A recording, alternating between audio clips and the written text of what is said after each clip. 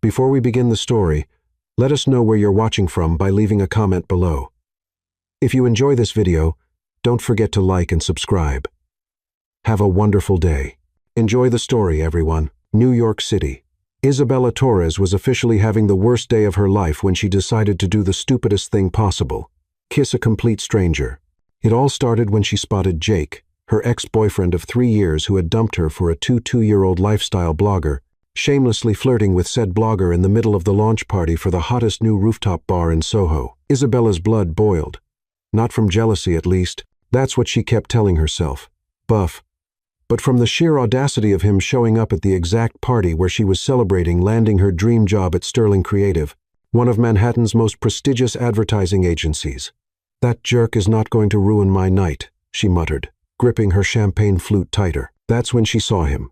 Tall, dark-haired, with the kind of outgrowth that suggested he had more important things to worry about than grooming, though the end result was devastatingly attractive. He stood alone at the bar, absently scrolling through his phone, wearing a navy dress shirt that hugged his broad shoulders perfectly. Perfect. Isabella took a deep breath, smoothed down the red dress she'd specifically chosen for tonight, and marched toward the stranger with the determination of someone about to commit calculated madness. "Excuse me," she said, moving close enough to catch his cologne, something woody that made her stomach do a traitorous little flip. "Could you help me with something?" He looked up from his phone, and Isabella almost lost her nerve. His eyes were a striking blue, green that seemed to shift like ocean waves under the bar's colored lights. And when he smiled a crooked, curious smile, she felt her knees go weak. "Sure," he replied, his voice deep and slightly gravelly.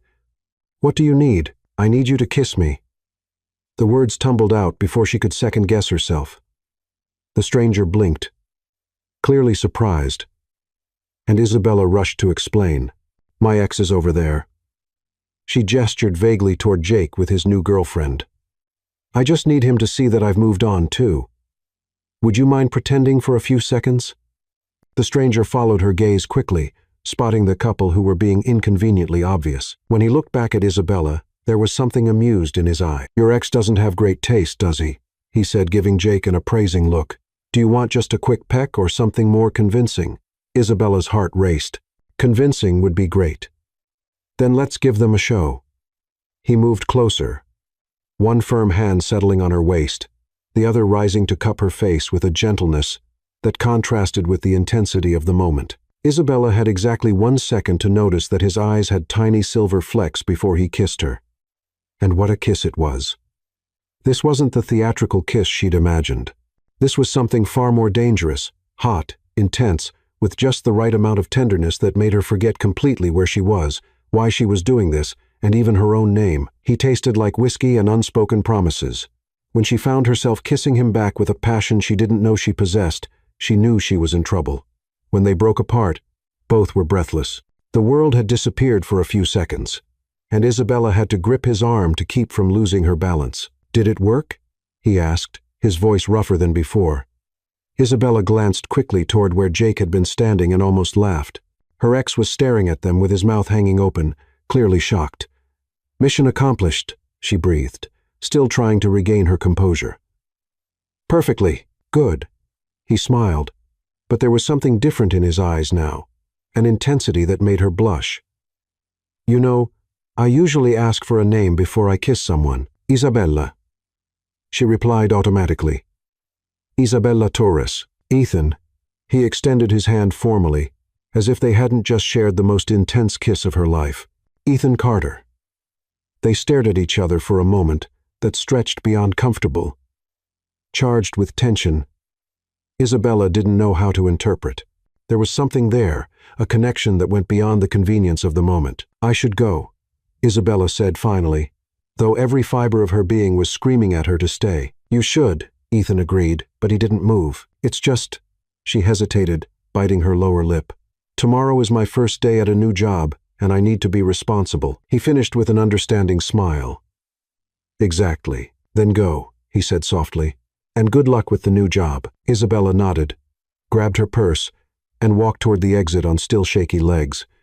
It wasn't until she was in the elevator that she realized she hadn't asked for his number, nor had he asked for hers. A perfect kiss with a perfect stranger, and she'd probably never see him again. The next morning, Isabella woke up with her stomach twisted in knots.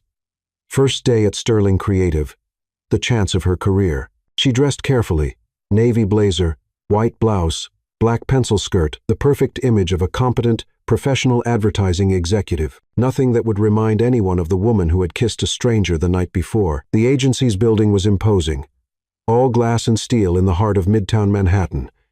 Isabella took a deep breath as she entered the elevator that would take her to the 18th floor. She had worked years to get here. Columbia graduate, internships at smaller agencies, building her portfolio one campaign at a time. This was her moment. The reception area was exactly what she'd imagined. Sleek, modern, with advertising awards proudly displayed on the walls. The receptionist, a young woman with perfectly styled auburn hair, looked up with a bright smile. "You must be Isabella Torres. Welcome to Sterling Creative. I'm Lily. Mr. Carter is waiting for you in conference room B." Isabella's blood turned to ice. "Mr. Carter?" "Yes, Ethan Carter, our creative director. He'll be conducting your orientation." Lily's smile never wavered. "He's really amazing to work with. You're so lucky to be on his team." The world tilted slightly. Isabella managed a weak smile and followed Lily's directions down a hallway lined with campaign posters, her heart hammering against her ribs. This couldn't be happening. The universe wasn't this cruel. She stopped outside conference room B, took a steadying breath, and knocked. "Come in." Isabella pushed open the door and stepped into her worst nightmare.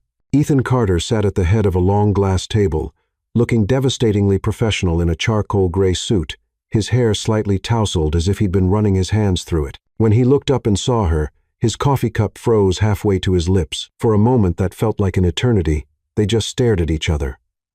Isabella watched as recognition, surprise, and something that might have been amusement flickered across his features. "Well," Ethan said finally, setting down his coffee cup with deliberate care, that familiar crooked smile playing at the corners of his mouth. "This is going to be interesting." Isabella's mouth went dry. Her new boss, the man she'd have to work with every single day, was the stranger she'd kissed last night with more passion than she'd ever kissed anyone in her life. She was in serious trouble. The silence stretched between them like a taut wire, both of them seemingly frozen in this impossible moment. Isabella's mind raced through a dozen different escape scenarios, but unfortunately, conference room B had only one door, and Ethan was sitting directly in its line of sight. "So," Ethan said, leaning back in his chair with an expression that was part amusement, part curiosity. "This is awkward." Isabella forced herself to move forward, setting her portfolio on the table with hands that trembled only slightly. "Mr. Carter, I can explain." "Can you?" He raised an eyebrow, and she caught a glimpse of that same playful confidence from the night before. "Because I'm genuinely curious about what explanation covers kissing your future boss at a party." Heat flooded her cheeks. "I didn't know you were. I mean, obviously, I had no idea." "Relax, Torres." The way he said her last name, all professional and proper, made her stomach do another one of those traitorous flips. "Take a seat. Let's pretend we're meeting for the first time." Isabella slid into the chair across from him, trying to ignore how his eyes seemed to track her every movement. In the harsh fluorescent lighting of the conference room, she could see details she'd missed in the dim bar, the small scar above his left eyebrow, the way his tie was just slightly loosened, the fact that his blue-green eyes were definitely more blue in the daylight. "Welcome to Sterling Creative, Miss Torres," Ethan said formally, but there was definitely mischief lurking in his voice. "I'm Ethan Carter, Creative Director. I'll be your direct supervisor." "Thank you, Mr. Carter," she managed, trying to match his professional tone. "I'm very excited to be here." "I'm sure you are." He opened a folder in front of him, presumably her file. "Columbia graduate, summa cum laude. Impressive portfolio. 3 years at Baxter & Associates, where you worked on the Harper department store campaign that won a Bronze Lion at Cannes." Isabella blinked. She hadn't expected him to be so thoroughly prepared or to sound genuinely impressed by her credentials. "You know my work. I know everyone's work who comes through this door. It's my job." His expression softened slightly. "You're talented, Torres. That's why you're here." Something warm unfurled in her chest at the praise, quickly followed by panic. This was exactly the problem. She was attracted to her boss, and apparently he knew her professional history as well as he knew how to kiss. "About last night," she began, But Ethan held up a hand. What about it? We should probably address it. There's nothing to address. Ethan's voice was casual, but his eyes were sharp. Two adults at a party helping each other out with an ex problem. Happens all the time. Isabella stared at him. It does? Sure. Classic fake relationship scenario. Very rom-com. The corner of his mouth twitched. Though I have to say, your ex looked like he'd swallowed his tongue. Well played. Despite herself, Isabella felt a smile tug at her lips. He did look pretty shocked. Mission accomplished. Ethan closed her file and stood up, ready for the grand tour. The next 2 hours passed in a blur of introductions, office layouts, and company policies. Ethan was the perfect professional guide, knowledgeable, funny, and completely appropriate. If Isabella hadn't known better, she might have thought she'd imagined the whole kissing incident, except for the way her skin seemed to buzz every time he accidentally brushed against her, or how her breath caught when he leaned over her shoulder to show her something on her computer, or the fact that she kept stealing glances at his mouth when he was talking. This is a disaster. And this is your office, Ethan said, opening the door to a small but bright corner space, with windows overlooking the street. Your first assignment is on your desk, the Dawn Cafe campaign. They want something fresh for their fall launch. Isabella stepped into the space, genuinely impressed. It wasn't huge, but it had natural light and enough room for her to make it her own. This is perfect. Good. Ethan leaned against the doorframe, and Isabella tried not to notice how the pose emphasized his broad shoulders. Staff meeting at 3 to go over current projects. Think you can handle jumping right in? Absolutely. She turned to face him, projecting confidence she didn't entirely feel. Mr. Carter, I want you to know that what happened last night won't interfere with my work here. I'm a professional. Ethan studied her for a long moment, his expression unreadable. I never doubted that, Torres. But I have to ask, are you going to be able to work with me? Because if this situation is going to make you uncomfortable, we should address it now. The question caught her off guard with its directness. Are you going to be able to work with me? I asked first. Isabella met his gaze steadily. I can handle it if you can. Good. He straightened up. All business again. One more thing. About 50% of advertising is about chemistry, the spark between ideas, between team members, between the brand and the consumer. Chemistry can't be faked, and it can't be forced. Isabella's heart began to race. What are you saying? I'm saying that whatever happened last night, whatever that was, it's not necessarily a bad thing for our working relationship.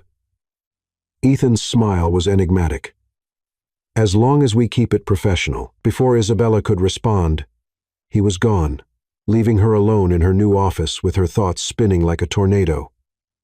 Keep it professional, right? Easy enough, except for the fact that every cell in her body seemed to light up when he was around. She spent the rest of the morning diving into the Dawn Cafe materials, grateful to have something concrete to focus on.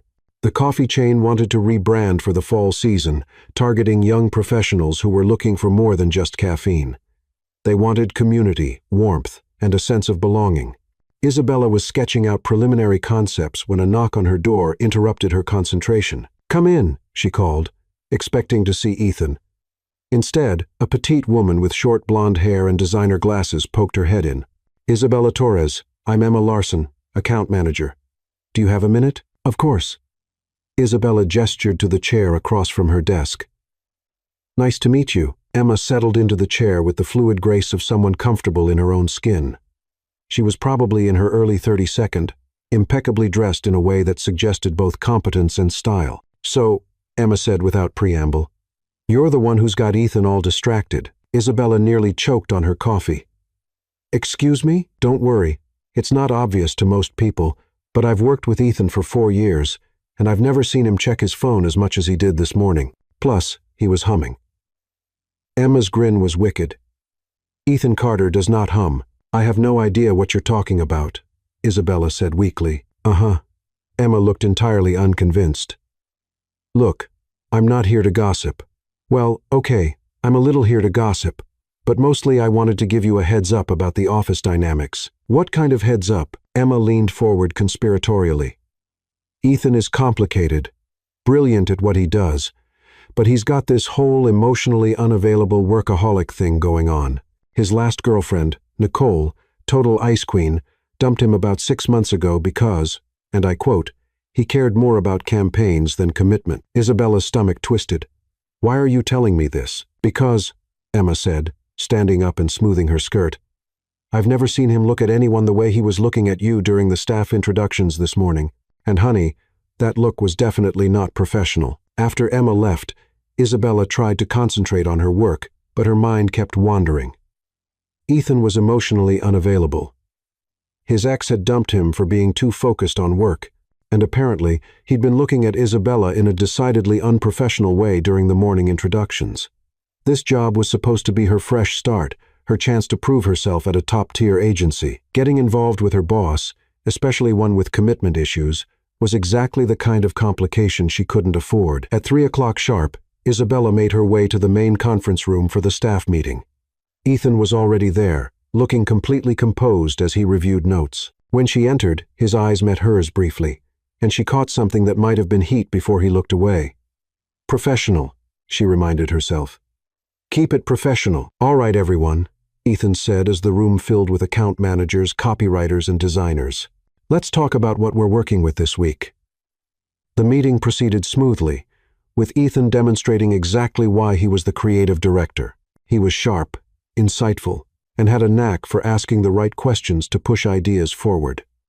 Isabella found herself genuinely impressed by his leadership style. Torres, Ethan said about halfway through the meeting, what's your initial take on the Dawn Cafe brief? All eyes turned to her, and Isabella felt the familiar rush of adrenaline that came with being put on the spot. They say they want to target young professionals, but I think they're missing a bigger opportunity. The real market is people who are craving authentic connection in an increasingly digital world. Coffee shops aren't just about caffeine. They're about creating a space where people can unplug and reconnect. What if, instead of focusing on the professional angle, we positioned Dawn Cafe as the antidote to digital overload? Dawn Cafe, where conversations happen. Make it about the human element. The room was quiet for a moment, and Isabella wondered if she'd overstepped. Then Ethan smiled, not the polite, professional smile he'd been wearing all day, but something real and appreciative. That's exactly the kind of thinking that's going to make this campaign stand out, he said. Good instincts, Torres. The warmth in his voice made her cheeks flush, and she looked down at her notes to avoid the knowing look she could see Emma shooting her way. After the meeting, people began filing out, but Ethan caught her eye. Torres, can you stay for a minute? Isabella's heart hammered as the room emptied, leaving them alone. Ethan gathered his papers slowly, seemingly in no hurry to speak. That was good work in there, he said finally. Thank you. You're not what I expected. The comment surprised her. What did you expect? Ethan looked at her thoughtfully. Someone more cautious. Most people spend their first day trying to blend in, not challenging the brief. Is that a problem? On the contrary. He moved closer, and Isabella caught that familiar scent of his cologne. I value people who aren't afraid to take risks. The air between them seemed to thicken, and Isabella was suddenly very aware that they were alone in the conference room, that Ethan was standing just close enough for her to see the gold flecks in his eyes, and that her heart was beating way too fast for a professional conversation. Mr. Carter, she began, but he interrupted her. Ethan. When it's just us, you can call me Ethan. Ethan, she repeated, and the name felt dangerous on her tongue. We should probably maintain professional boundaries, he finished. Absolutely, but neither of them moved.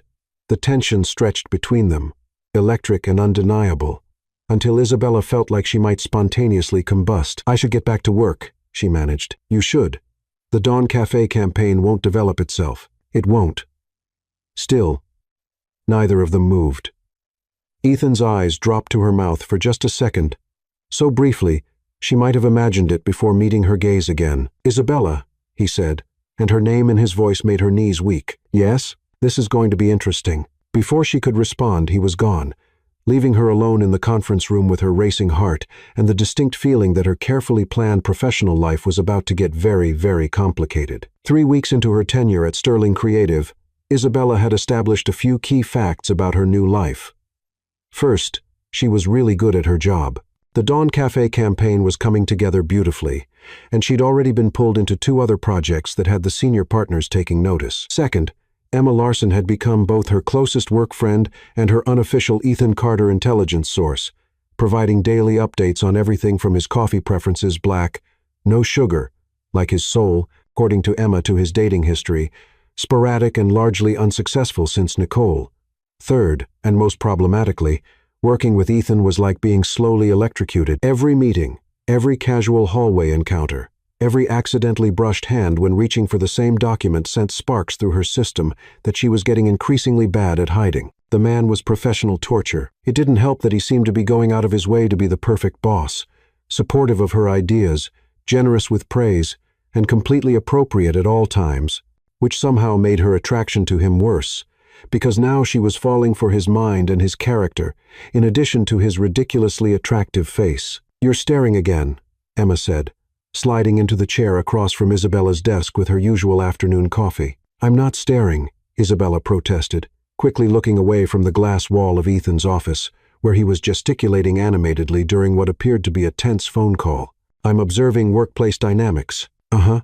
And what workplace dynamic involves watching your boss's mouth move for 15 minutes straight?" Isabella felt her cheeks burn.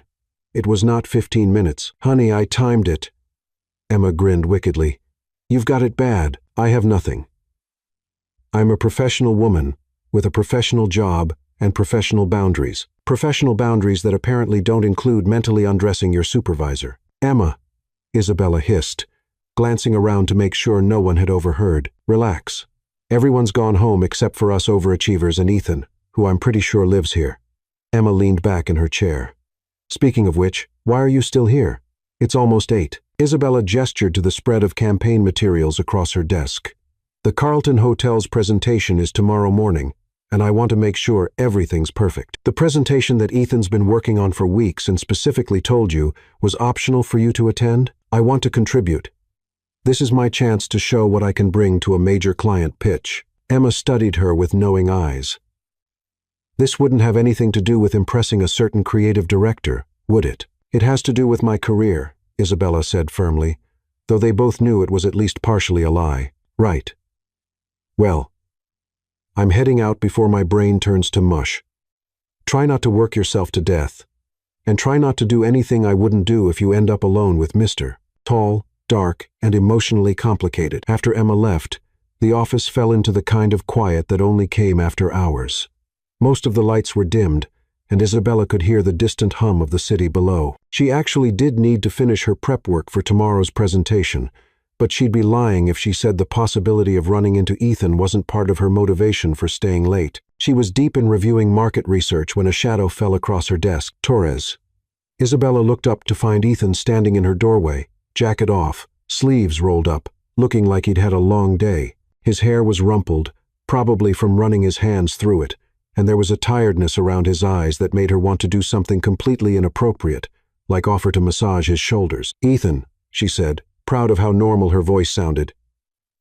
"I thought you'd left. I thought the same about you."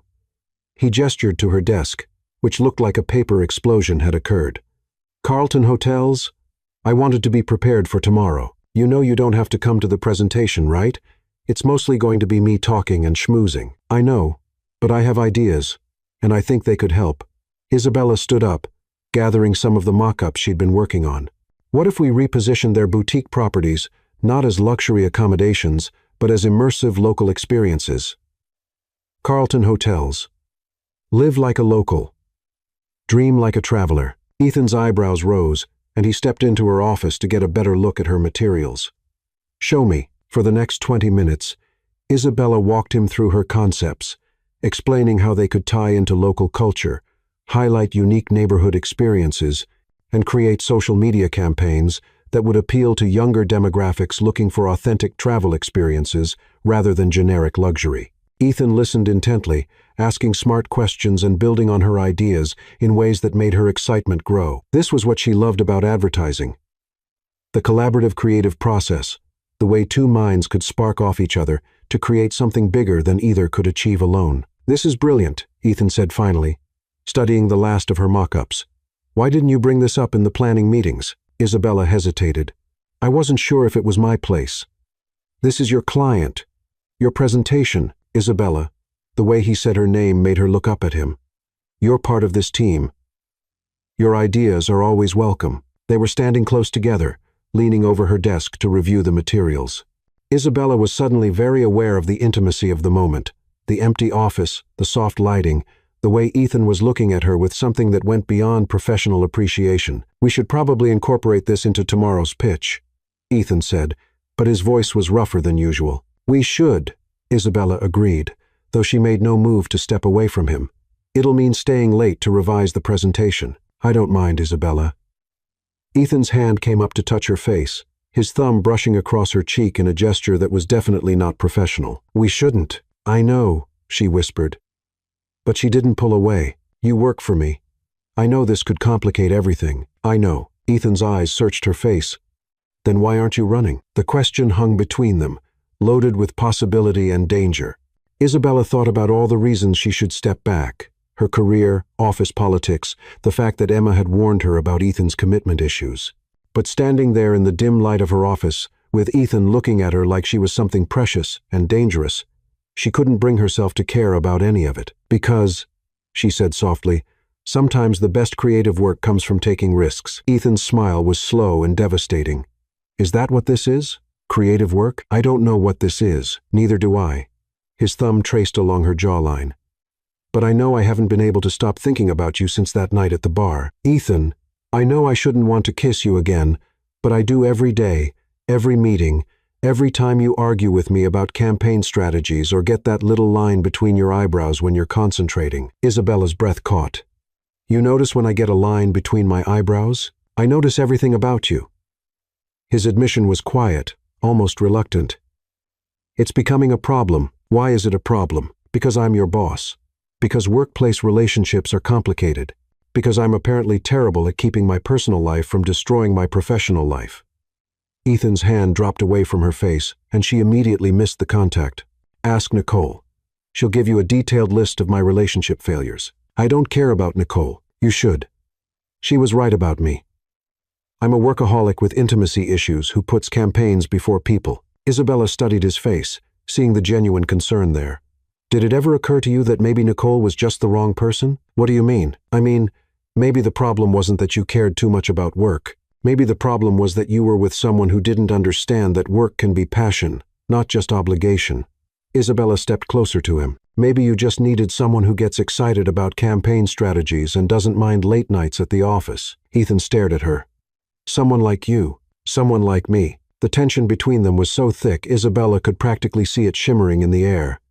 Ethan's eyes dropped to her mouth, and she held her breath, waiting to see what he would do. "This is crazy," he murmured. "Completely crazy. We are going to regret this, probably." But instead of kissing her, Ethan stepped back, running his hands through his hair. "We should work on the presentation." Isabella blinked, caught off guard by the sudden shift. "Right, the presentation. Professional boundaries," Ethan said, though he sounded like he was trying to convince himself as much as her. "Professional boundaries." She echoed weakly. They spent the next 2 hours revising the Carlton Hotel's presentation, incorporating Isabella's concepts and refining the pitch.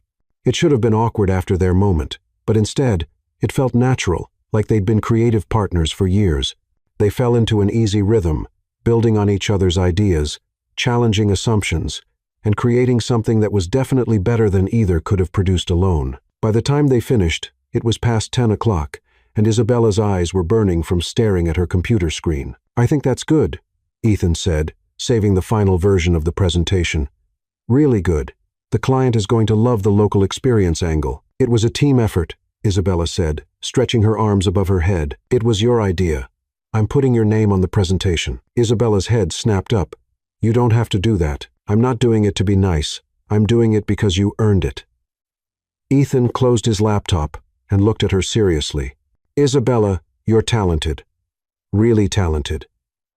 Don't let anyone, including me, make you doubt that." The sincerity in his voice made her chest tight. "Thank you. Come on, I'll walk you to your car." They gathered their things and made their way to the elevator in comfortable silence. It wasn't until they were standing in the empty parking garage that Ethan spoke again. "About what happened upstairs. We don't have to talk about it," Isabella said quickly. "Yes, we do." Ethan turned to face her. "I want you to know that your job here isn't dependent on whatever this is between us.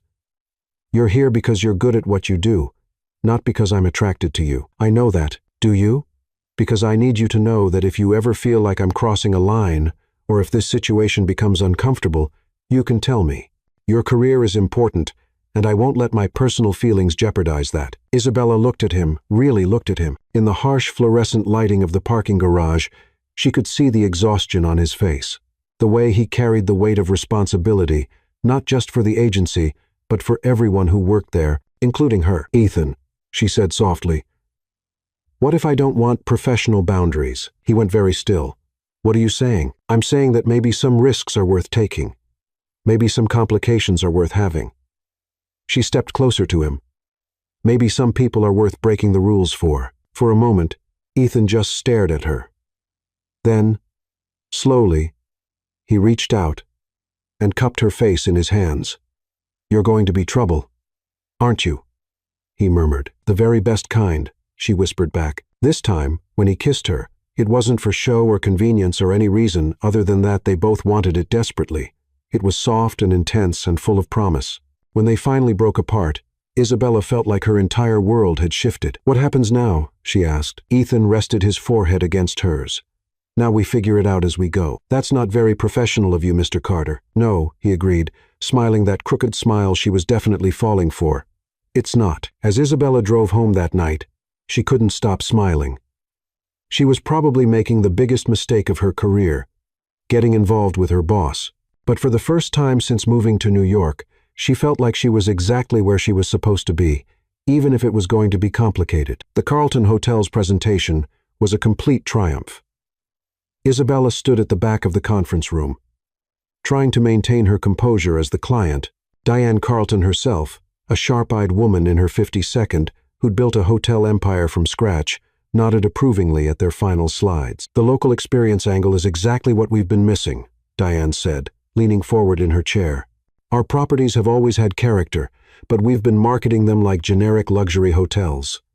This campaign captures what makes us different." Ethan, who had been presenting with his usual confident charm, glanced back at Isabella with a look that made her heart skip. The concept was actually developed by our newest team member, Isabella Torres.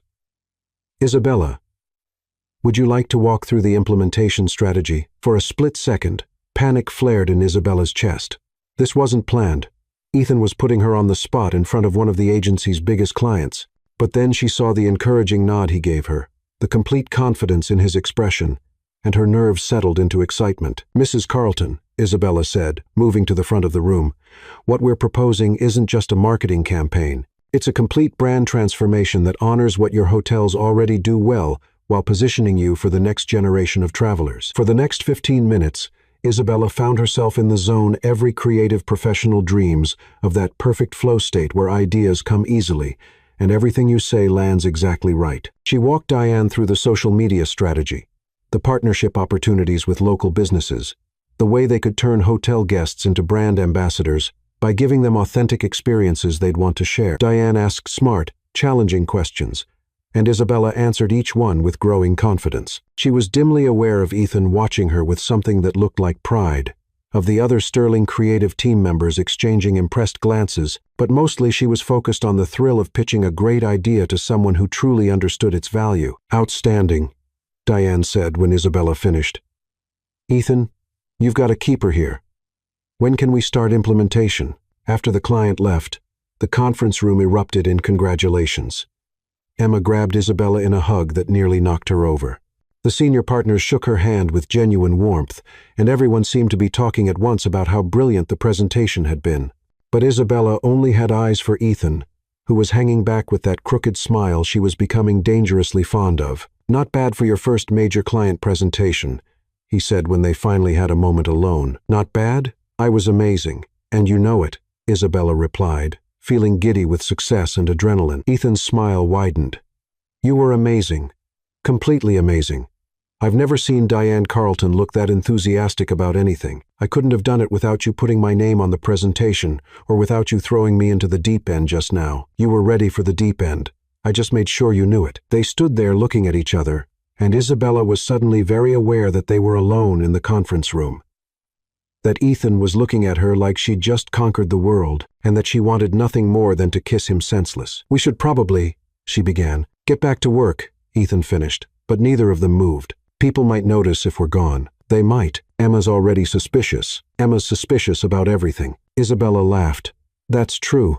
Yesterday, she accused me of having a secret coffee addiction because I was too alert during the morning meeting. Were you having a secret coffee addiction? I was having a secret stayed up until 2:00 a.m. thinking about my boss's problem, but I didn't think that was appropriate office conversation. The words slipped out before Isabella could stop them, and she immediately felt her cheeks burn.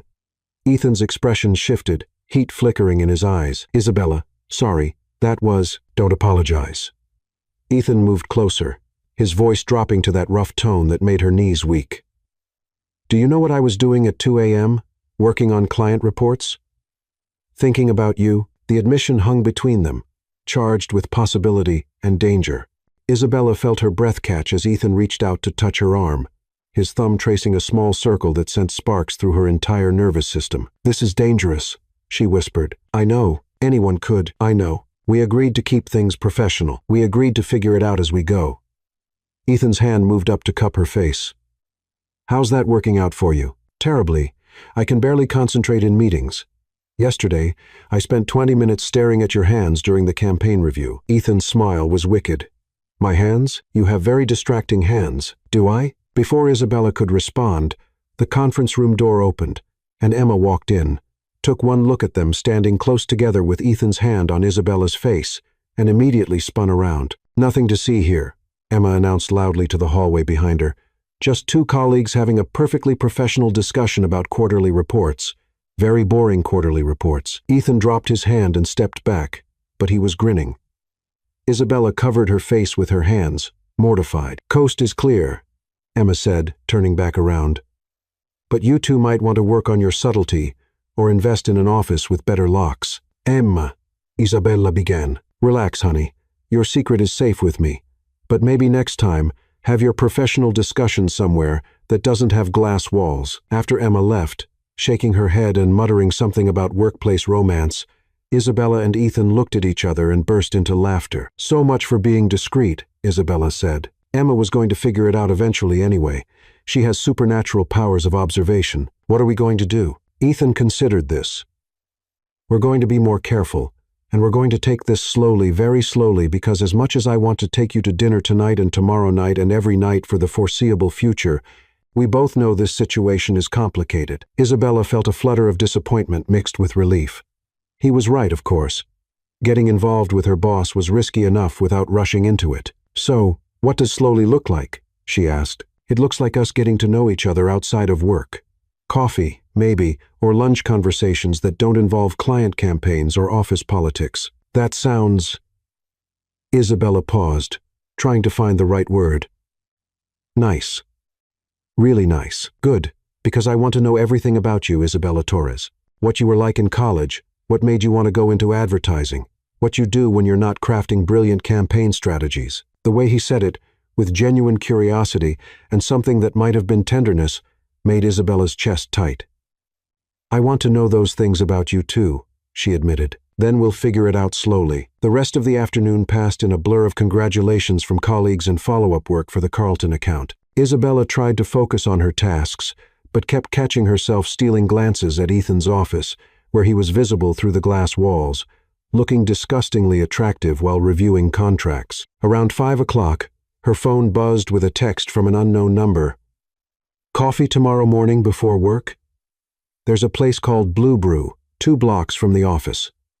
7 a.m. Ethan. Isabella stared at the message, her heart doing a little dance. He'd gotten her number from her employee file, which should probably have been concerning from a professional standpoint, but instead just felt exciting.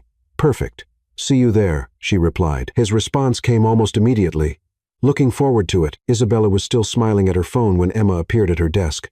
Good news or devastating news? Emma asked, noting Isabella's expression. What? You've got that look.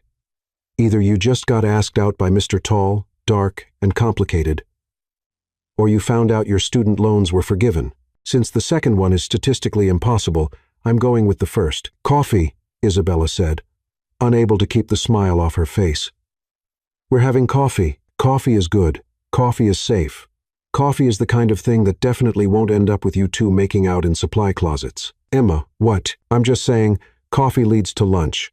Lunch leads to dinner. Dinner leads to... I get the progression. Thank you, Emma grinned.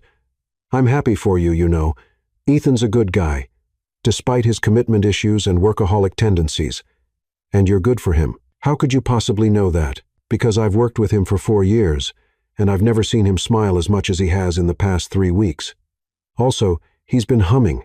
Ethan Carter does not hum unless something major has shifted in his universe. That evening, Isabella went home to her small but charming apartment in Brooklyn Heights and immediately called her best friend from college, Mia, who was now a lawyer in San Francisco. Let me get this straight, Mia said after Isabella had explained the entire situation. You kissed your future boss at a party to make your ex jealous, then found out he was your actual boss, and now you're dating him. We're not dating, we're having coffee. Honey, when a man looks at you the way you've described Ethan looking at you, coffee is just the appetizer. This is insane, isn't it? Isabella collapsed onto her couch, suddenly exhausted. I'm jeopardizing my career for a guy I barely know. Are you kindizing your career? Mia asked. I mean, Isabella considered this. I don't think so. He's been nothing but supportive of my work. If anything, being around him makes me more creative, more confident. Then maybe the question isn't whether this is a risk to your career. Maybe the question is whether it's worth the risk to your heart. What do you mean? I mean, from what you've told me, this Ethan guy sounds pretty amazing. But you also said his ex dumped him for being emotionally unavailable. Are you prepared for the possibility that he might not be ready for something serious? The question hit Isabella like a splash of cold water. She'd been so caught up in the excitement of their mutual attraction that she hadn't really considered what Ethan might be looking for from this, whatever this was. I don't know, she admitted. Well, that's what coffee is for, to figure things out. After hanging up with Mia, Isabella spent the evening trying to read a book, but her mind kept wandering to tomorrow morning's coffee date. What would they talk about? What did she want from this situation? What did he want?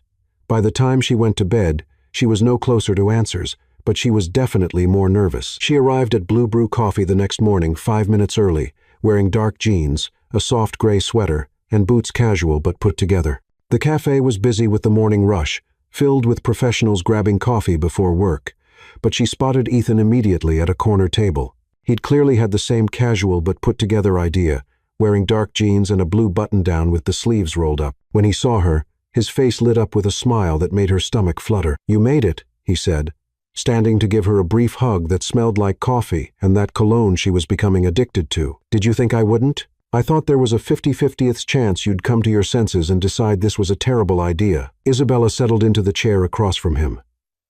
The jury's still out on whether it's a terrible idea, but I figured I owed you coffee after you let me steal the spotlight during yesterday's presentation. You didn't steal anything. You earned it.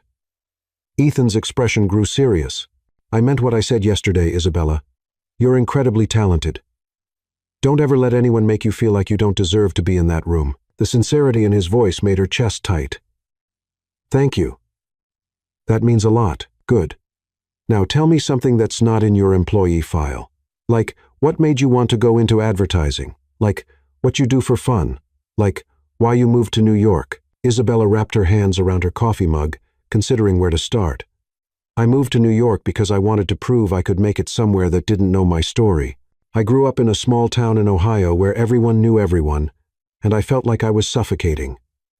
New York felt like a place where I could be whoever I wanted to be. And who did you want to be? Someone who mattered, someone who could create things that moved people, that made them think or feel differently about the world. She paused, realizing how that sounded. That probably sounds incredibly naive. It sounds passionate. There's a difference.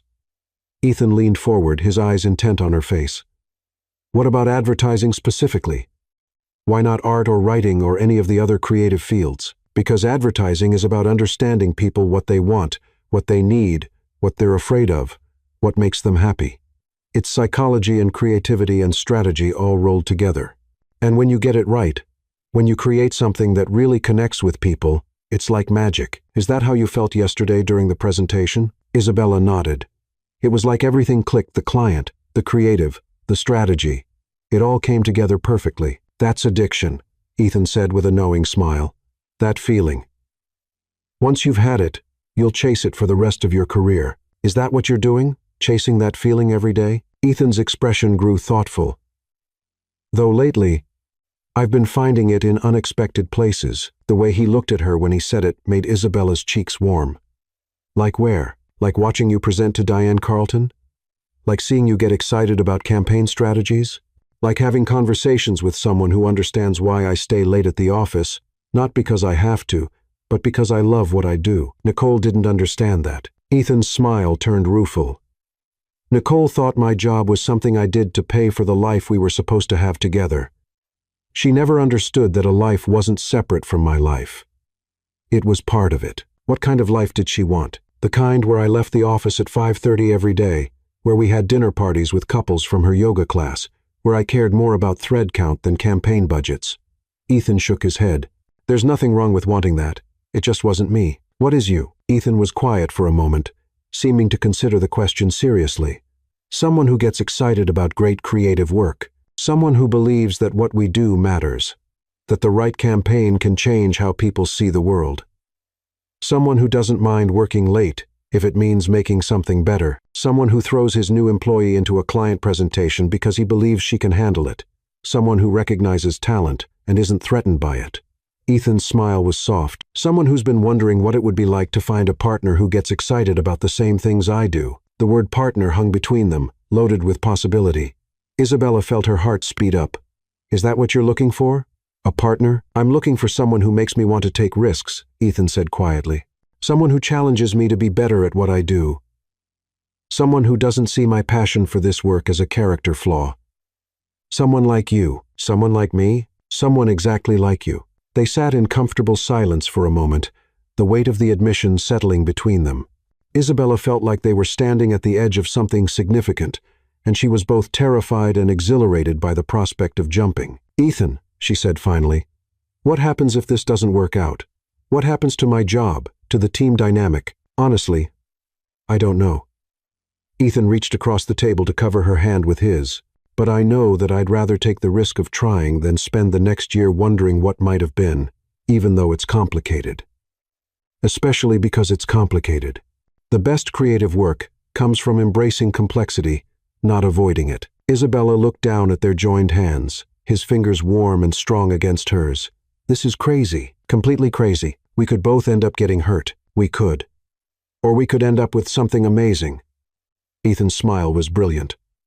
Or we could end up with something amazing. Isabella took a deep breath, feeling like she was about to make one of the most important decisions of her life.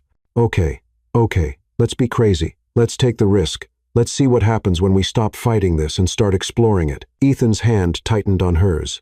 Are you sure? No, but I'm willing to find out. Good, Ethan said, bringing her hand to his lips and pressing a soft kiss to her knuckles. Because I was hoping you'd say that. As they walked back to the office together, Isabella felt like the world had shifted on its axis. She was still nervous about the complications ahead, still worried about the professional implications. But underneath all of that was a sense of rightness that she couldn't ignore. For the first time in her life, she was choosing the risk over the safe option, and it felt absolutely terrifying and completely perfect all at once. One rule, Ethan said as they approached the Sterling Creative Building. What's that? At work, we're colleagues professional, appropriate colleagues, who happen to work very well together. And outside of work, Ethan's smile was devastating. Outside of work, we figure out what this is. I can live with that. Good, because I'm taking you to dinner tomorrow night, and I intend to find out everything else about Isabella Torres that's not in your employee file. As they entered the building together, Isabella caught Emma watching them through the glass doors with a knowing smirk. She was definitely going to have some explaining to do. But for now, she was content to ride the elevator up to the 18th floor with Ethan, stealing glances at him and feeling like she was exactly where she was supposed to be. Complications and all. The dinner was supposed to be simple. A quiet restaurant in the village, good food, better conversation, and the chance for Isabella and Ethan to explore whatever was happening between them without the watchful eyes of their colleagues. What Isabella hadn't anticipated was how devastating Ethan would look in a dark gray sweater and jeans, or how the intimate lighting of the restaurant would make his eyes seem even more impossibly blue-green, or how the simple act of watching him read the menu would make her stomach flutter like she was 16 again. See anything you like? Ethan asked, glancing up from his menu with that crooked smile that was becoming dangerously familiar. A few things, Isabella replied. And from the way his eyes darkened slightly, She knew he'd caught the double meaning. They were seated at a corner table at a cozy Italian place called Bella's that Ethan had discovered during his first year in New York. The walls were brick, covered with black and white photos of what appeared to be someone's actual Italian grandmother. The whole place had the kind of authentic charm that couldn't be manufactured. "This place is perfect," Isabella said, looking around appreciatively. "How did you find it?" "Wandering around the city when I first moved here, feeling completely overwhelmed and desperately homesick. I was walking aimlessly after another 18-hour day at my first agency job, and I smelled garlic and rosemary and followed my nose like a cartoon character." Ethan's expression grew fond with the memory. The owner, Lucia, took one look at me, this exhausted, slightly desperate-looking guy in an ill-fitting suit, and basically adopted me.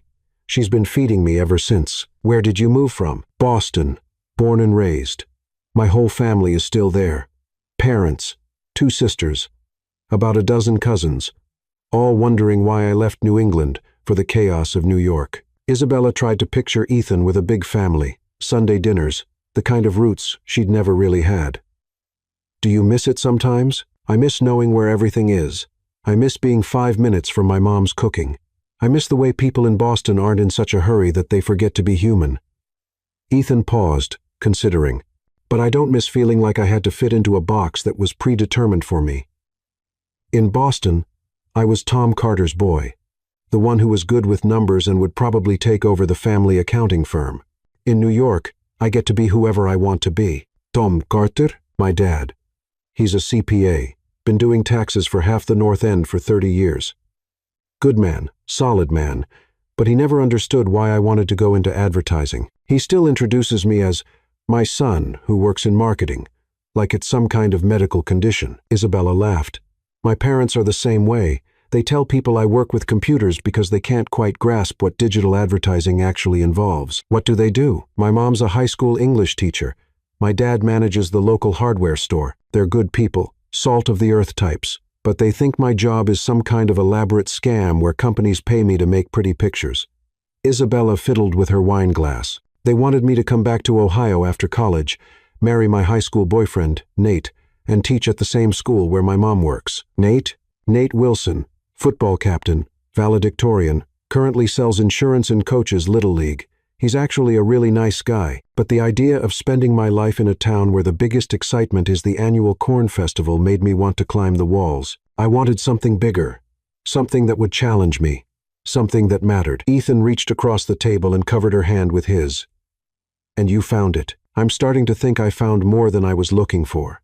The words slipped out before Isabella could stop them, more honest than she'd intended to be. Ethan's thumb traced across her knuckles, sparking up her arm. "Good," he said softly, "because I definitely found more than I was looking for." They ordered ossobuco for Ethan, lobster ravioli for Isabella, and fell into the kind of easy conversation that felt like they'd been having dinners together for years instead of hours. Ethan told her about his college years at Northeastern, his early disasters at his first agency job, the campaign that had finally established his reputation. Isabella shared stories about her internships, her first big campaign failure, the moment she'd realized that advertising wasn't just her job, but her calling. "What was the campaign failure?" Ethan asked, refilling their wine glasses. "Oh, it was spectacular. Second year at Baxter and Associates, they gave me a chance to lead the pitch for a local fitness chain. I was so nervous and so eager to impress that I completely overthought everything." Isabella cringed at the memory. "I created this elaborate campaign about finding your inner warrior that was supposed to be edgy and motivational. Instead, it came across as pretentious and completely disconnected from what their actual customers wanted, which was a clean, affordable place to work out without feeling judged. They didn't want to be warriors. They wanted to feel good about themselves." Isabella shook her head. "The client took one look at my presentation and said, 'Who are you trying to reach with this campaign? Because it's not our customers.' Ouch. The worst part was that my supervisor, Greg, had to step in and basically redo the entire pitch overnight. I was mortified. I thought I was going to get fired, but I didn't. Greg sat me down the next day and said, 'The difference between a good creative and a great creative is that great creatives fail spectacularly and learn from it. You've had your spectacular failure. Now show me what you learned.'" Ethan smiled. "Smart boss, the best. He taught me that our job isn't to impress other advertising people, it's to connect with real humans. Every campaign I've worked on since then, I ask myself, would this speak to my mom? Would Nate Wilson understand what we're trying to say? Is that what you were thinking about with the Carlton Hotels campaign? Actually, I was thinking about my college roommate's mom, Mrs. Lynn. She traveled for work constantly, but always complained that business hotels made her feel like she was staying in a sterile box. She wanted to feel like she was experiencing the place she was visiting, not just sleeping there. Isabella paused. I know it sounds silly, but I try to create campaigns for specific people I know, even if they're not the target demographic. It keeps me grounded. That's not silly at all. That's brilliant. Ethan's expression was thoughtful. I do something similar, but I've never articulated it like that. I think about my sister Lauren. She's a nurse, very practical, very down to earth. If a campaign wouldn't make sense to Lauren, I know I'm overcomplicating it. What's Lauren like? Stubborn, hilarious, completely unimpressed by anything I do. She still calls me by my childhood nickname and sends me care packages filled with Boston-style clam chowder because she's convinced New York food is too fancy for normal humans. Ethan's voice was warm with affection. She's also one of the smartest people I know. She can diagnose a patient's problem in 5 minutes and explain complex medical procedures in terms anyone can understand. I've learned more about communication from watching her with patients than I did in 4 years of business school. She sounds amazing. She is. You'd like her. She'd probably interrogate you mercilessly about your intentions with her baby brother, but you'd like her. The casual reference to Isabella meeting his family made her heart skip a beat. It implied a future, a level of seriousness that both thrilled and terrified her. Baby brother? She asked, deflecting from the bigger implication. By 18 months, but she acts like it's 18 years. She still tries to give me dating advice and asks if I'm eating enough vegetables. What kind of dating advice? Ethan's smile turned sheepish. Usually variations on stop dating women who don't appreciate how wonderful you are. Smart sister. She thought Nicole was. Ethan paused, seeming to choose his words carefully. Let's just say, Lauren never warmed up to her. What did Lauren think was wrong with Nicole? That she was trying to change me instead of accepting who I am. Lauren said Nicole treated my personality like a renovation project. She loved the potential but couldn't stand the reality. Isabella considered this. What was the reality that Nicole couldn't stand? That I get excited about work. That I stay late when I'm passionate about a project. Not because I have to, but because I want to. That I'd rather spend a Friday night brainstorming campaign ideas than at another dinner party where everyone complains about their jobs. Ethan met Isabella's eyes. That I'm looking for a partner who wants to build something together, not someone who wants me to build a life around them. What's the difference? Building something together means we're both passionate about what we do, and we support each other's ambitions. We celebrate each other's successes and collaborate on making our lives better. Building a life around someone means sacrificing what makes you who you are to fit their vision of what you should be. Isabella felt something click into place. Nicole wanted you to build a life around her. Nicole wanted me to be successful enough to provide the lifestyle she wanted, but not so passionate about my work that it interfered with her plans. Ethan's expression grew distant. She used to get upset when I worked late, but she also got upset if we couldn't afford the vacation she wanted or the apartment she thought we should have.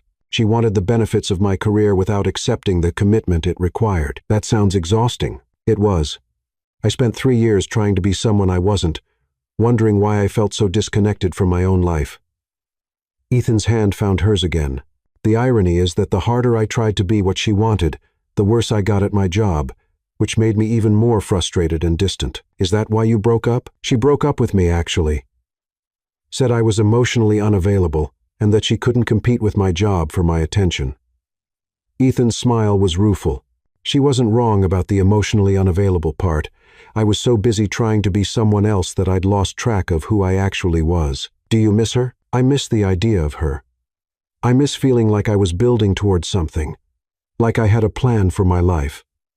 But I don't miss the constant feeling that I was failing at being the person she needed me to be.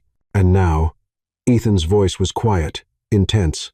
Now I'm sitting across from someone who gets excited when I talk about campaign strategies, who stayed late to work on a presentation because she wanted to contribute, who makes me feel more like myself than I've felt in years. Now I'm wondering if I've been looking for the wrong things in the wrong places." Isabella felt her breath catch.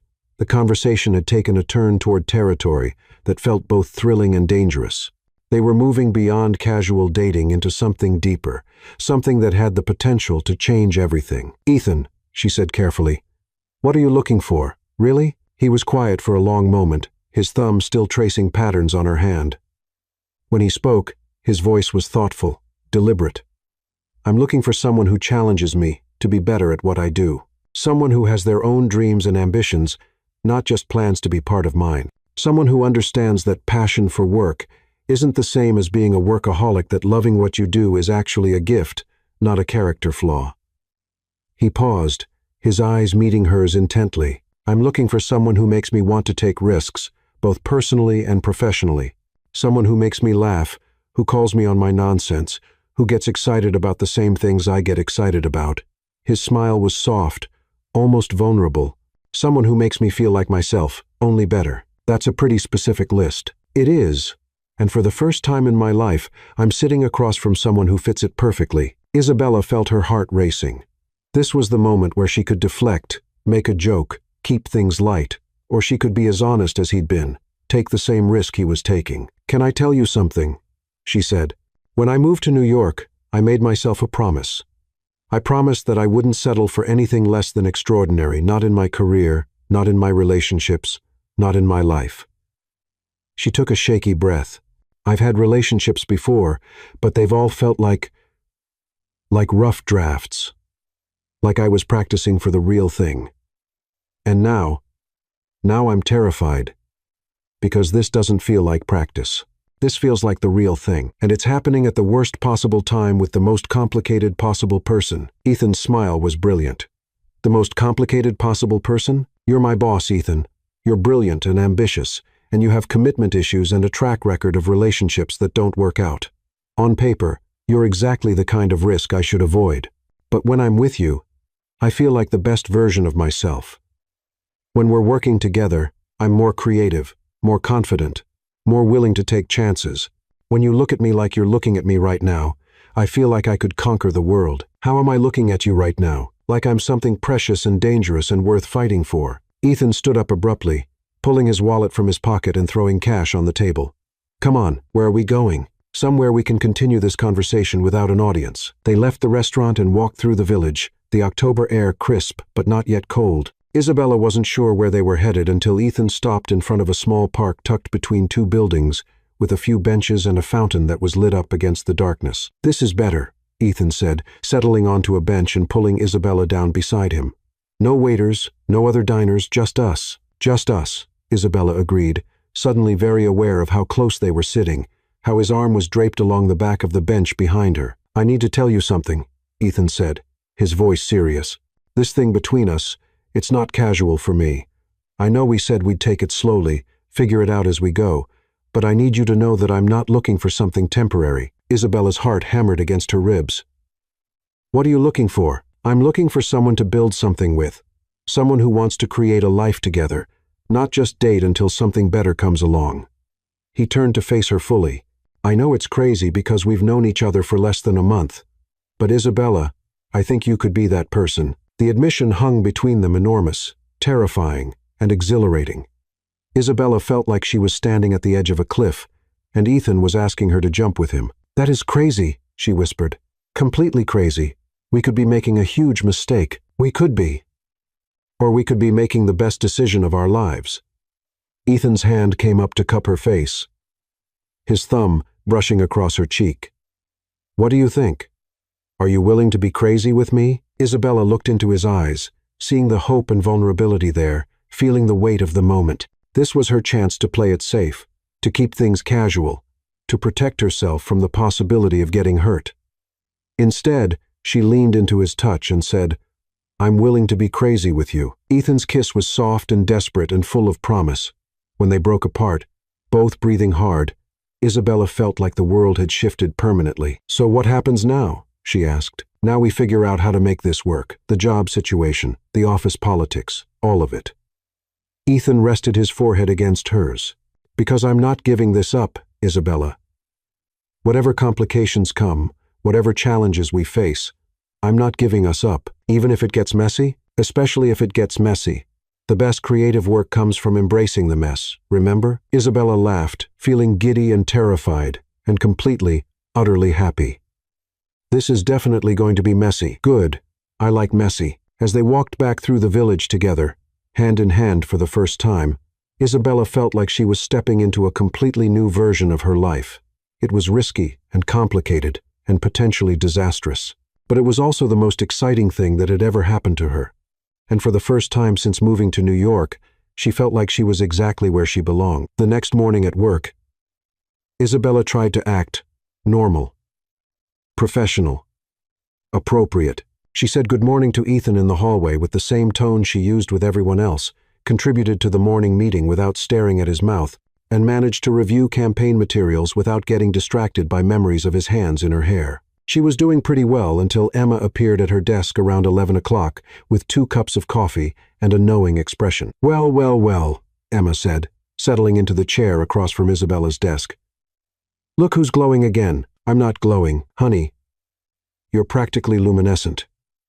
Whatever happened this weekend, it was good." Before Isabella could respond, Ethan appeared in her doorway, looking devastatingly professional in a navy suit and that blue tie that brought out his eyes.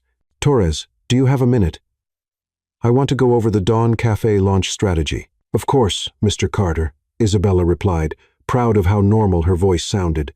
But as she followed Ethan into his office, she heard Emma mutter behind them, "Worst actors ever." Ethan closed his office door and immediately turned to face Isabella, his professional mask slipping to reveal something much warmer. "Good morning," he said quietly. "Good morning," she replied, trying to ignore how good he smelled, how much she wanted to straighten his tie, how the memory of last night's kiss was making it very difficult to concentrate on anything else. "How are you feeling about everything?" "About us? Good. Terrified, but good." Isabella moved closer to his desk, maintaining some professional distance but allowing herself to really look at him. "How are you feeling? Like Maka want to kiss you senseless, but that would probably violate several HR policies." Isabella's breath caught. "Probably. Definitely." Ethan's eyes dropped to her mouth. "This is going to be harder than I thought." "What?" "Keeping my hands to myself when you're looking at me like that." "How am I looking at you? Like you want me to kiss you senseless, too." They stared at each other across his office, the tension thick enough to cut with a knife. Isabella was very aware of the glass walls, of the fact that anyone could see them, of how unprofessional this was. She was also aware that she didn't care. "Ethan," she said softly, "yeah, tonight after work can we—" A knock on Ethan's door interrupted her, and they sprang apart guiltily as Liam Wong, one of the senior partners, poked his head in. "Ethan, sorry to interrupt. The Grayson Group just called. They want to move up their campaign presentation to Thursday. Do you think we can be ready?" "Absolutely," Ethan said, his professional mask sliding back into place seamlessly. "Isabella, can you coordinate with the design team to prioritize the Grayson materials?" "Already on it," Isabella said, making a note in her planner. "I'll have timeline revisions to you by noon." "Perfect. Thanks, both of you." After Liam left, Ethan and Isabella looked at each other and grinned. "Not bad," Ethan said. "We almost seemed professional. Almost. We'll get better at it." "We'd better, because I'm not giving you up. And I'm not giving up this career we're both building." "Good," Isabella said, moving toward the door. "Because I'm not giving up either." As she left Ethan's office, Isabella felt a surge of confidence that had nothing to do with work and everything to do with the certainty that she was exactly where she belonged. It would be complicated, navigating their relationship while building their careers, but they would figure it out together. After all, the best creative work came from embracing complexity, not avoiding it. Her phone buzzed with a text. "My place tonight. I'll cook dinner, and we can figure out how to make this work." "Ethan," Isabella smiled, her heart racing with anticipation and nerves.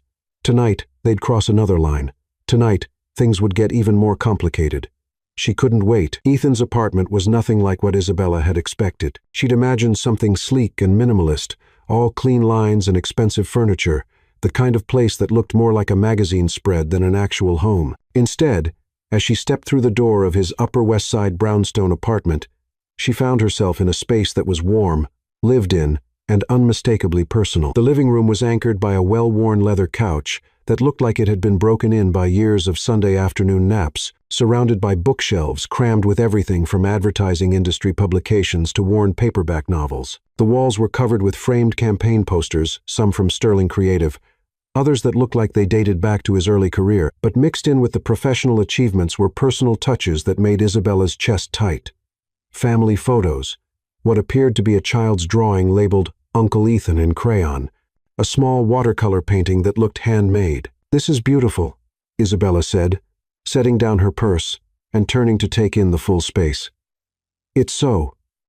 Ethan, who had been watching her reaction with nervous anticipation, relaxed visibly.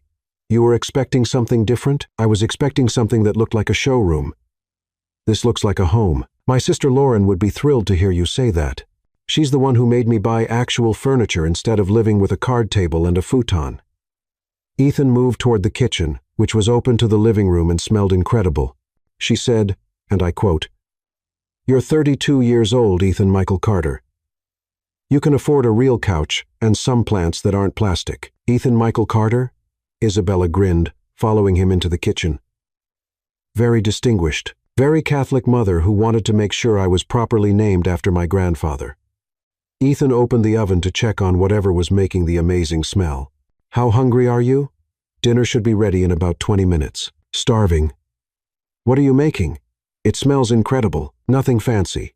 Chicken marsala, roasted vegetables, garlic bread, comfort food, basically." Ethan straightened up, suddenly looking uncertain. "I should probably warn you that I'm not much of a cook.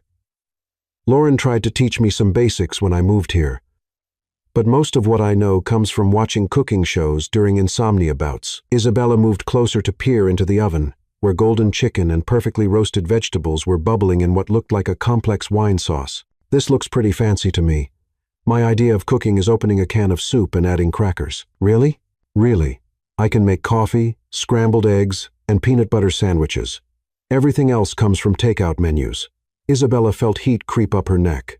"I know that's pathetic for a grown woman, but between college and work and moving to New York, I never really learned." "It's not pathetic. It's just different priorities." Ethan moved to the wine fridge and pulled out a bottle of white wine. "Besides, I like cooking. It's relaxing after a long day of thinking about campaigns and client strategies. And when you get it right, it's like magic." Isabella nodded, accepting the wine and taking a sip, considering the question. "Honestly, I don't think I've figured that out yet. Since moving to New York, my entire life has been focused on work, building my portfolio, networking, trying to prove myself in a new city. And before New York, I was in college, which was also entirely focused on preparing for work." She laughed, but it sounded a little hollow. "I'm starting to realize that I might not have any hobbies that aren't career-related." "What did you do for fun when you were a kid?" "I read constantly fantasy novels, mysteries, anything I could get my hands on. I used to disappear into books for entire weekends." The memory made Isabella smile. "My mom used to have to physically drag me outside to get fresh air." "Do you still read?" "Not like I used to. Maybe a book or two a year, usually on vacation." Isabella felt a pang of loss she hadn't expected. "I miss it, actually. I miss having that escape, that ability to just disappear into another world for hours." "What else?" "I used to write. Nothing serious, just stories for myself. I had these elaborate fantasies about living in different cities, having adventures, meeting interesting people." Isabella took another sip of wine, feeling the warmth spread through her chest. "I guess in a way advertising is similar. We're creating stories, just shorter ones designed to sell products." "Have you written anything lately?" "For yourself, I mean." I keep telling myself I'll start again when I have time. But there's always another campaign, another deadline, another networking event." Isabella looked around Ethan's apartment, taking in the personal touches, the evidence of a life lived outside of work. "You seem to have figured out the balance better than I have." "I'm not sure about that. Ask Nicole. She'd tell you I was completely obsessed with work." Ethan was quiet for a moment, seeming to consider this. "But with you, I don't feel like I have to choose. You understand that work can be passion, not just obligation. You get excited about the same things I get excited about." Ethan moved closer, setting down his wine glass. "Being with you makes me want to be better at everything. Work, life, relationships, All of it. The sincerity in his voice made Isabella's chest tight. Ethan, I know this is moving fast. I know we're taking risks, but, Isabella, I haven't felt this hopeful about anything in years. Before Isabella could respond, the timer on the oven went off, breaking the moment. Ethan moved to check the food while Isabella tried to process what he'd just said. Hopeful.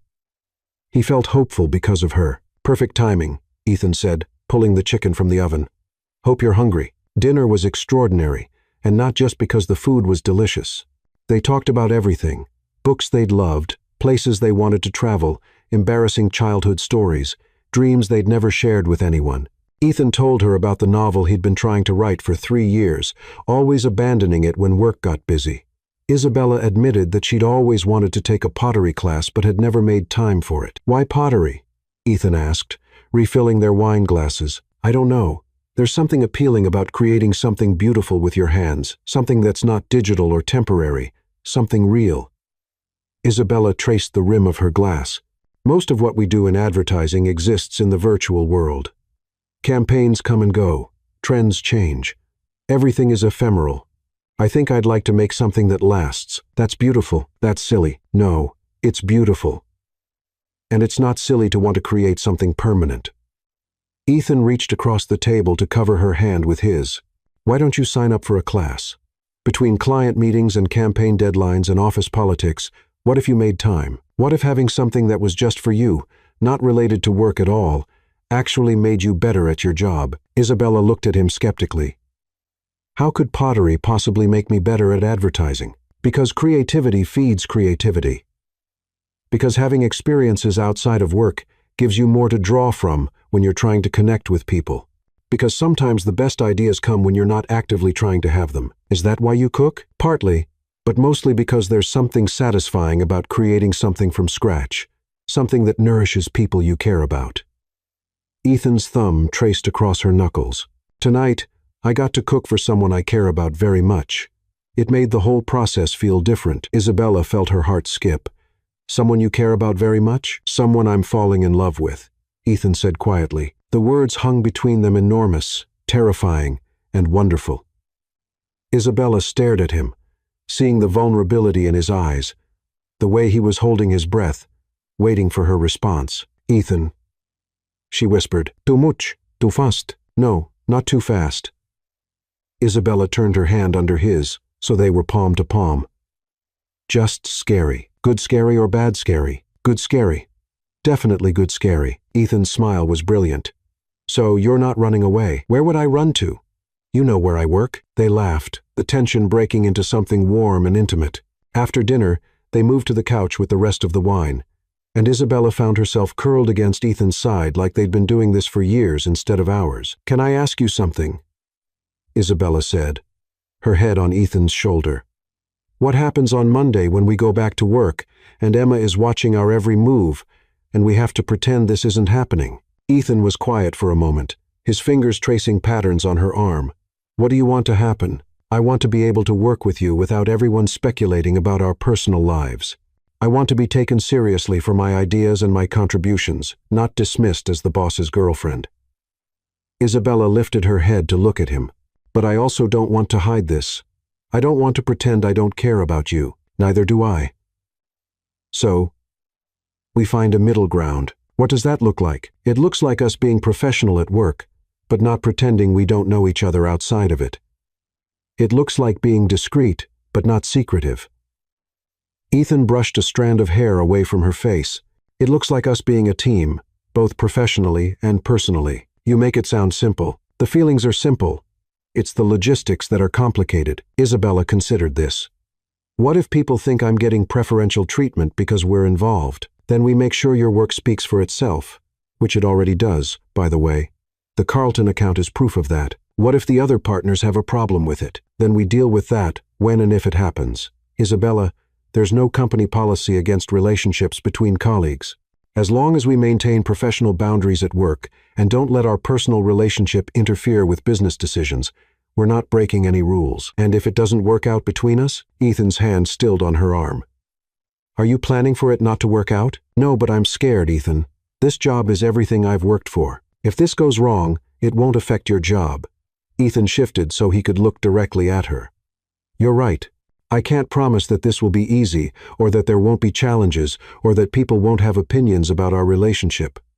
But I can promise that I will never let our personal relationship jeopardize your career. I can promise that I believe in your talent and your potential completely independent of how I feel about you, and I can promise that if the choice ever comes down to protecting you or protecting myself, I'll choose you every time." The fierce sincerity in his voice made Isabella's eyes water. "How can you be so sure?" "Because I've spent the last month watching you work, watching you think, watching you grow more confident and creative with every project. You're extraordinary, Isabella. You were extraordinary before we got involved. And you'll be extraordinary regardless of what happens between us." Ethan cupped her face in his hands.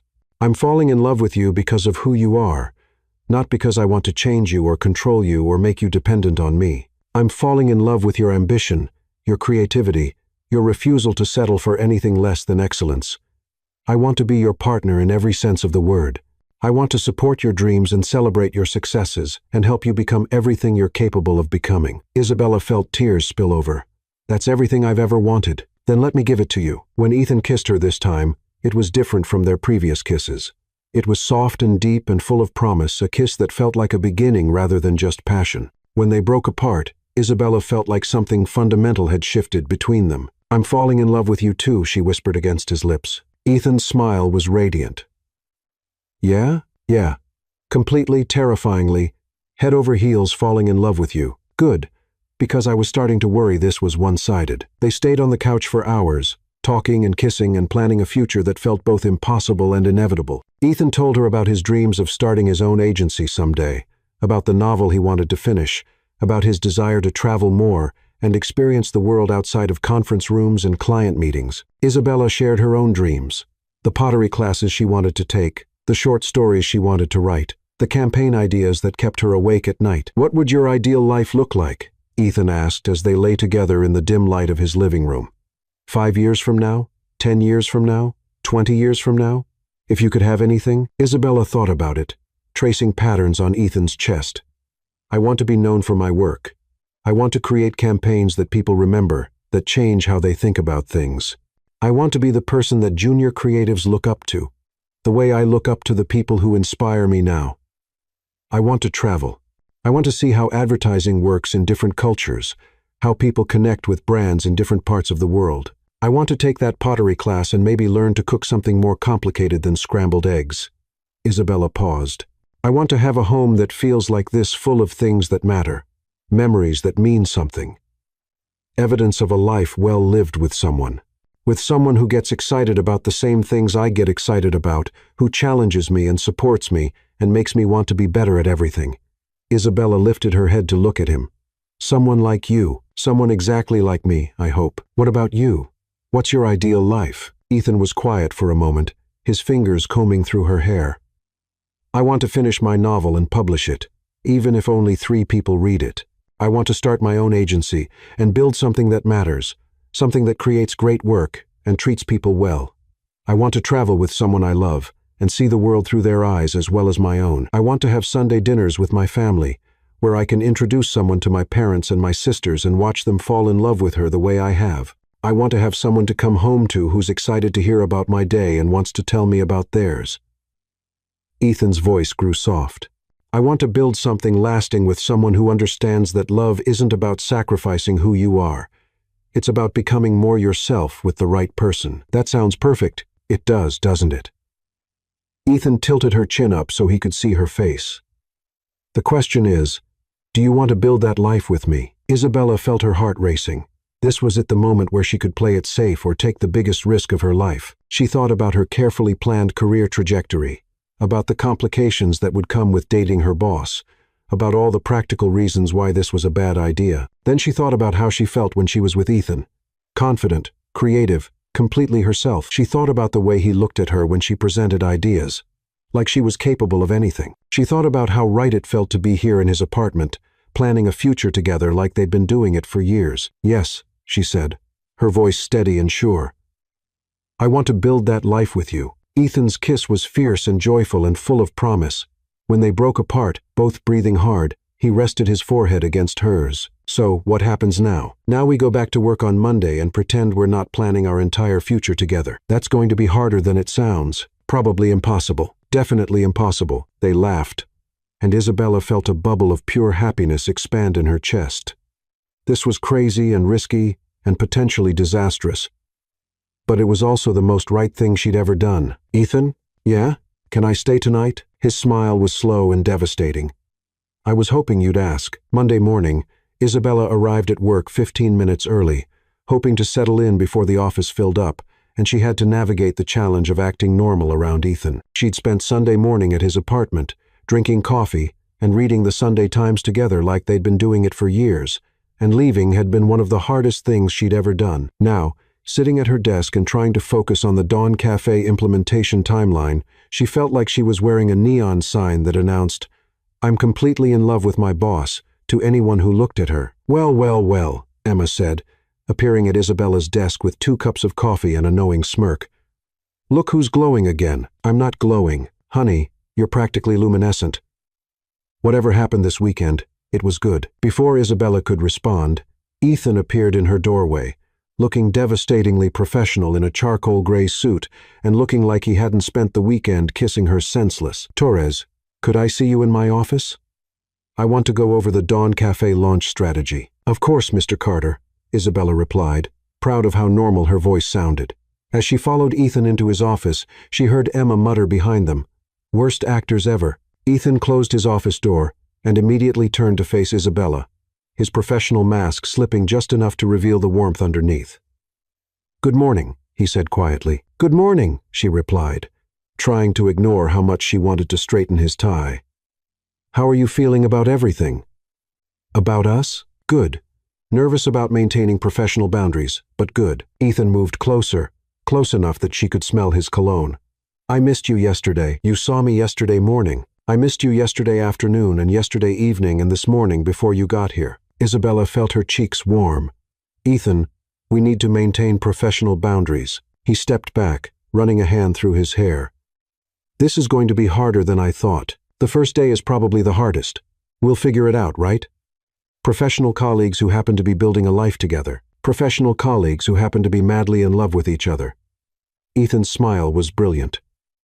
That too. A knock on the door interrupted them, and Liam Wong poked his head in. "Ethan, sorry to interrupt. The Grayson Group just called. They want to move up their campaign presentation to Thursday. Do you think we can be ready?" "Absolutely," Ethan said, his professional mask sliding back into place seamlessly. "Isabella, can you coordinate with the design team to prioritize the Grayson materials?" "Already on it," Isabella said, making a note in her planner. "I'll have timeline revisions to you by noon." "Perfect. Thanks, both of you." After Liam left, Ethan and Isabella looked at each other and grinned. "Not bad," Ethan said. "We almost seemed professional, almost. We'll get better at it. We'd better. Because I'm not giving you up. And I'm not giving up this career we're both building." "Good," Isabella said, moving toward the door. "Because I'm not giving up either." As she left Ethan's office, Isabella felt a surge of confidence that had nothing to do with work and everything to do with the certainty that she was exactly where she belonged. It would be complicated, navigating their relationship while building their careers. But they would figure it out together.